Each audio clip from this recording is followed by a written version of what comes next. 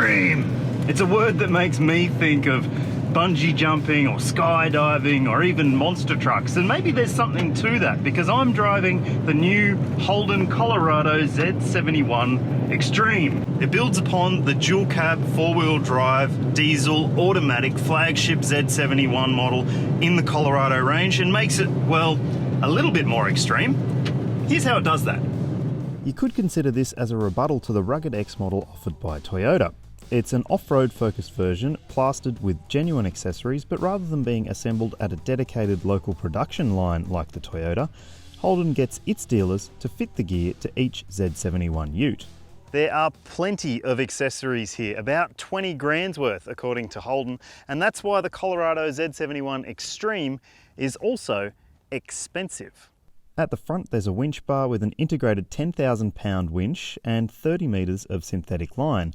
Plus there's an LED light bar, and the suspension at the front has been upgraded to cope with the extra mass. Further visual differentiators include a black grille and a bonnet bulge. We'll get to what it's covering in a sec.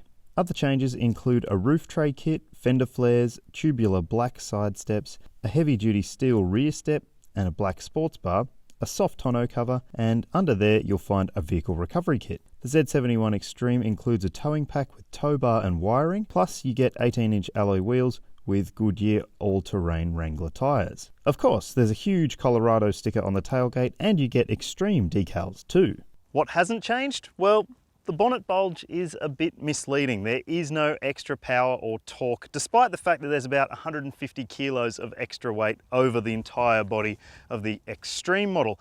But that doesn't necessarily mean it's too bad of an engine. It's still got the most torque for any 4-cylinder turbo diesel in the class. Well, when you get the automatic version, like we've got here.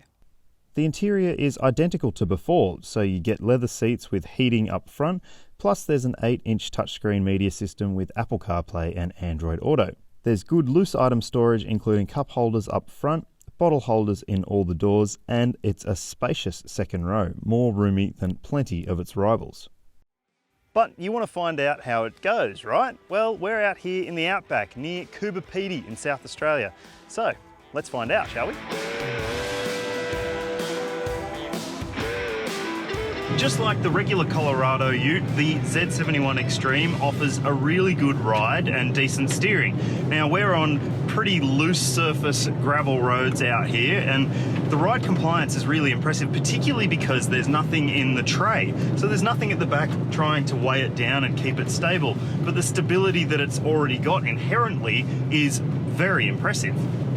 We've always said that the Colorado is one of the better utes in terms of ride comfort and compliance and body control as well, and that's really impressive when you are out on roads like this where you're dealing with rocks, not an actual paved surface. So the big tyres also help, there's good grip, and it doesn't have too much to complain about in terms of steering either. With 500 Newton meters of torque, there's definitely enough pulling power to get you where you need to go and get you out of trouble if you find yourself in trouble. Obviously, a winch is a very handy addition to have, and you will use it if you're in serious off-road situations. If you get stuck, it can be extremely handy. We had a demo on our trip, and yeah, it did a great job. I guess the question is whether it's worth all the extra money, because the Holden accessories catalogue now has the winch bar separately if you want that, or you could get the safari bar or a bull bar or whatever you happen to want. So it could be more of a pick or choose situation depending on what you need. The roads out here haven't really called for 4-wheel drive low range to be put into action, but we've been in high range over some of the worse gravel sections of road. A 2-wheel drive high is pretty good as well. Obviously, the diesel engine with so much torque has enough pulling power to get you out of trouble, and the transmission does a really good job of harnessing the grunt as well. With about 150 kilos of extra weight in accessories on this car, you don't really notice it, to be honest, because the engine does have enough torque to really make you not realise. Another reason you don't notice the weight is that this car has uprated front springs. The spring rate is 12% stiffer than the standard Colorado, so otherwise the nose would have been dipping down because of the extra weight right at the front of the car. Definitely worthwhile because you don't want to have to worry about the trim at the front and counteracting that extra weight with your steering.